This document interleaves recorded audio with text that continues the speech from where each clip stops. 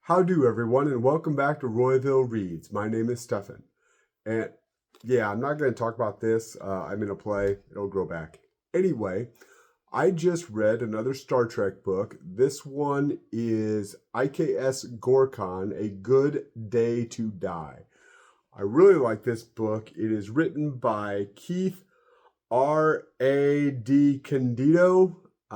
If I'm butchering that name, Keith, I'm really sorry.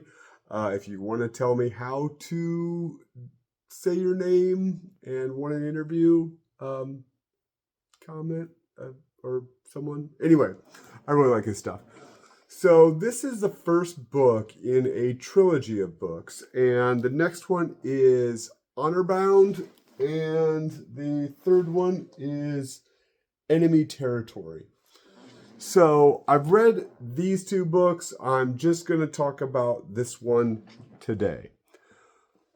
In my opinion, Keith, I'm just going to say your first name, Keith. I know it's a little familiar, but I'm having a hard time with your last name. So Keith is my favorite Klingon writer. He's not Klingon, he's human, but someone that talks and writes about Klingons. He does a great job, and this book definitely is a product of that. The main character of this book is Captain Clag. I think that's how you say it. This is a character from the actual TV show. He appeared in the episode A Matter of Honor. It's the one where in the Next Gen, Riker is on the Klingon ship, the Pa, and Clag is the first officer on that ship, played by the amazing Brian Thompson, by the way. Love that actor. So this is after the Dominion War, and there's a task force of Klingons that are going out and conquering new worlds for the Klingon Empire. Or liberating them from their old ways.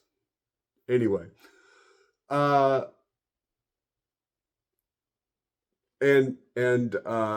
is now the captain of the I.K.S. Gorkon, which I believe it looks like this ship on the cover. And he is tasked to go to a planet and basically conquer it for the Empire. It is a planet that has minerals and stuff that the Empire can use and so forth.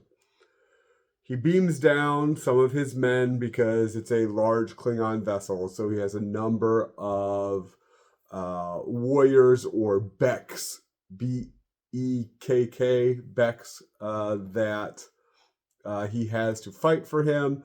They beam down, there's initial conflict, and it doesn't go great, and then they beam up. So they find out that this race that lives on this planet is very primitive. The Santara, I think it's pronounced, and is very primitive, but they are a warrior culture.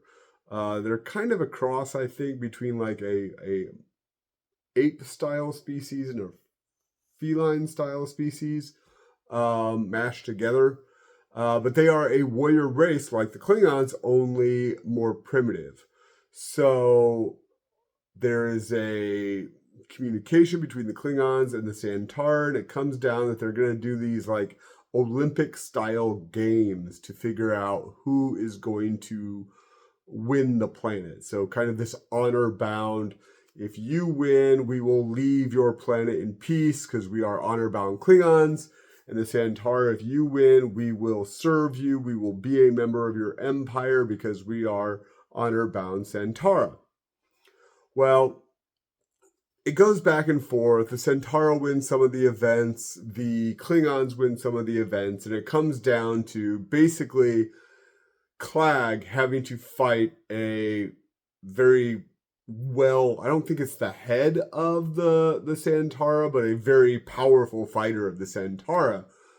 And a sub-story in this subplot in this book is that Clag had lost one of his arms. And the doctor who had worked with the Federation knew how to basically take another arm and put it onto a person.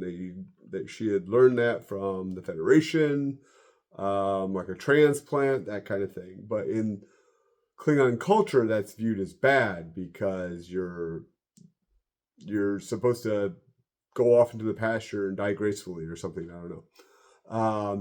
Don't really understand the argument there. But she grafted his dead father's arm onto Clag, and he has been kind of dealing with, is he a true warrior? Can he be as good as he was before? That kind of thing. And so that's a subplot through the book, and then it gets into a very big situation where he is fighting the Santara, and is this transplanted arm going to make him lose? Is he not ready to, and is he not the warrior he used to be? So that was really cool. I'm not going to tell you who wins. If you want to know, you have to read the book yourself, but I strongly recommend this book. It is very good with learning Klingon culture.